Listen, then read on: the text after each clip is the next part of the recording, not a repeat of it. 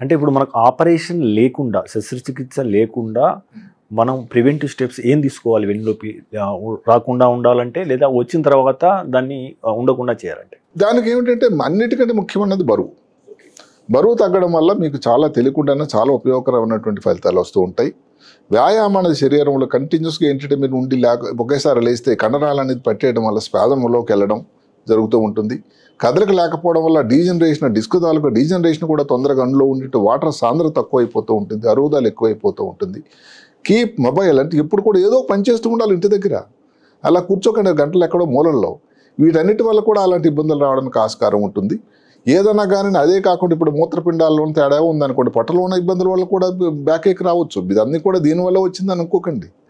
అందుకని ఏ వ్యాధులకు అన్నది మీరు డాక్టర్ని సంప్రదించాల్సిన అవసరం.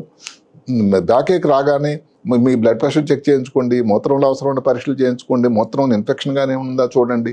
ఇలాంటి కారణాల వల్ల అన్నింటికీ డిస్క్కో ఏదో ప్రాబ్లం దానికోసం ఆపాదించడం కన్నా మిగతా కారణాలను కూడా ఆలోచించడం అనేది మంచిది. మీరు తీసుకునే అదే మందులు, అదే నాణ్యమైన మందులు మెడ్ ప్లస్ బ్రాండ్స్ పై సగం ధరకే